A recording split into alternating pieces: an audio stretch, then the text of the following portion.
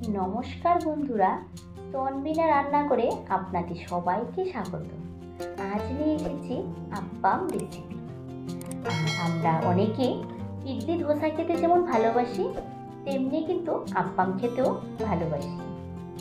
আর এই জলখাবারটি যদি সকালে বানিয়ে নেওয়া যায় তাহলে তো কোনো কথাই হয় না। আর এই রেসিপিটি বানাতে বেশি কোনো উপকরণ লাগে না। আর সব থেকে যেটা ভালো লাগে, এটা কিন্তু সম্পূর্ণ তেল ছাড়া, আর স্বাস্থ্যের পক্ষেও কিন্তু ভালো। তাহলে চলুন আপ্পামটা বানিয়ে নিই। আপ্পামের সঙ্গে একটা চাটনি বানিয়ে নেব। তার জন্য আমি এখানে একটা কড়াই বসিয়ে নিয়েছি। কড়াইতে আমি এখানে দিয়ে দিয়েছি 100 গ্রামের মতো বাদাম। বাদামটাকে ভালো করে একটু ভেজে নেব। বাদামটা ভাজা হয়ে গিয়েছে, এবার একটা পাত্রে ঢেলে নেব। বাদামটা একটু হালকা ঠান্ডা হয়ে গিয়েছে। এবার এভাবে করে আমি চটকিয়ে চটকিয়ে বাদামের খোসাগুলি পরিষ্কার করে নেব। আমি এখানে একটা মিক্সিং জার নিয়েছি। এবার এর মধ্যে পরিষ্কার করা বাদামগুলো দিয়ে দিয়েছি, আর দিয়ে দেব 4 চামচের মতো নারকেল কোড়া, আর লাগছে 2 কাঁচা লঙ্কা আর 2 টুকরো আদা। এবার এটাকে একটা পেস্ট বানিয়ে নেব। আমি এটাকে হালকা একটু পেস্ট বানিয়ে নিয়েছি। এবার এর মধ্যে দিয়ে দিয়েছি 1/2 চামচের মতো নুন। নুনটা দিয়ে ভালো করে এটাকে পেস্ট বানিয়ে নিয়ে এসেছি। এবার একটা বাটির মধ্যে ঢেলে নিচ্ছি।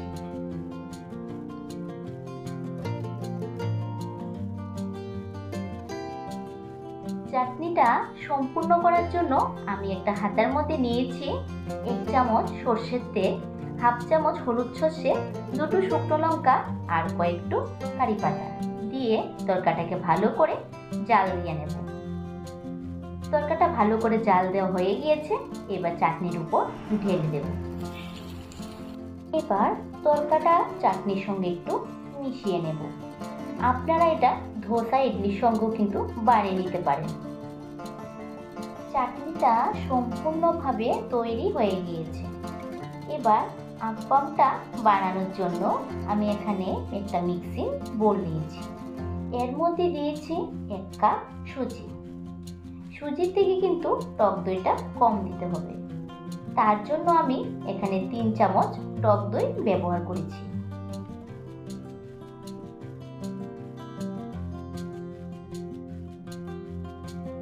এর মধ্যে দিয়ে দিচ্ছি অল্প একটু নুন।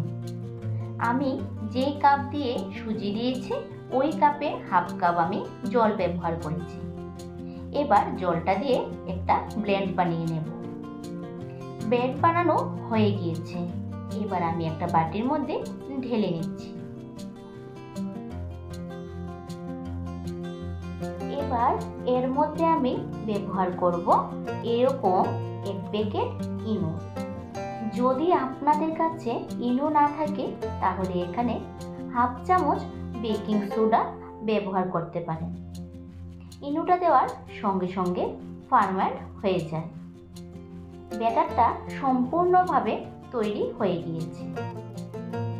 দেখুন খুব সুন্দর একটা ব্যাটার তৈরি হয়েছে। এবার আমি এই সাইডে একটা কড়াই বসিয়ে নিয়েছি। কড়াইটা খুব ভালো করে গরম করে নিয়েছি। নিয়ে 1 চামচের মতো ব্যাটারটা দিয়ে দিয়েছি। দিয়ে একটু ঢাকনা দিয়ে রেখেছি। গ্যাসের ফ্লেমটা কিন্তু একদম মিডিয়ামে রেখে আমি 2 থেকে 3 মিনিট ঢাকা দিয়ে রেখেছি। দেখুন উপরটা কি সুন্দরভাবে শুকিয়ে জালি জালি ভাব হয়েছে।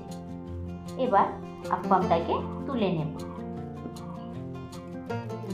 এভাবে করে বাকি আপ্পামগুলিও তৈরি করে নেব।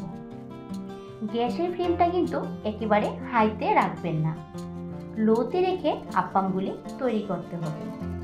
না হলে কি হবে, আপ্পামের নিচের অংশটা পুড়ে যাবে। দেখুন আপ্পামের নিচের অংশটা কি সুন্দর একটা কালার এসে গিয়েছে, আর উপরেরটাও জালি জালি ভাব এসেছে। আমার আজকে আপ্পাম রেসিপি সম্পূর্ণভাবে তৈরি হয়ে গিয়েছে। এই রেসিপি একটি হেলদি রেসিপি। এটি বানাতে কোনো তেলের প্রয়োজন লাগে না। এই রেসিপি আপনারা সকালে জলখাবার হিসাবে বানিয়ে নিতে পারেন। আশা করি আপনাদের ভালো লাগবে। আর যদি ভালো লেগে থাকে তাহলে লাইক, শেয়ার ও সাবস্ক্রাইব করে পাশে থাকার অনুরোধ রইল।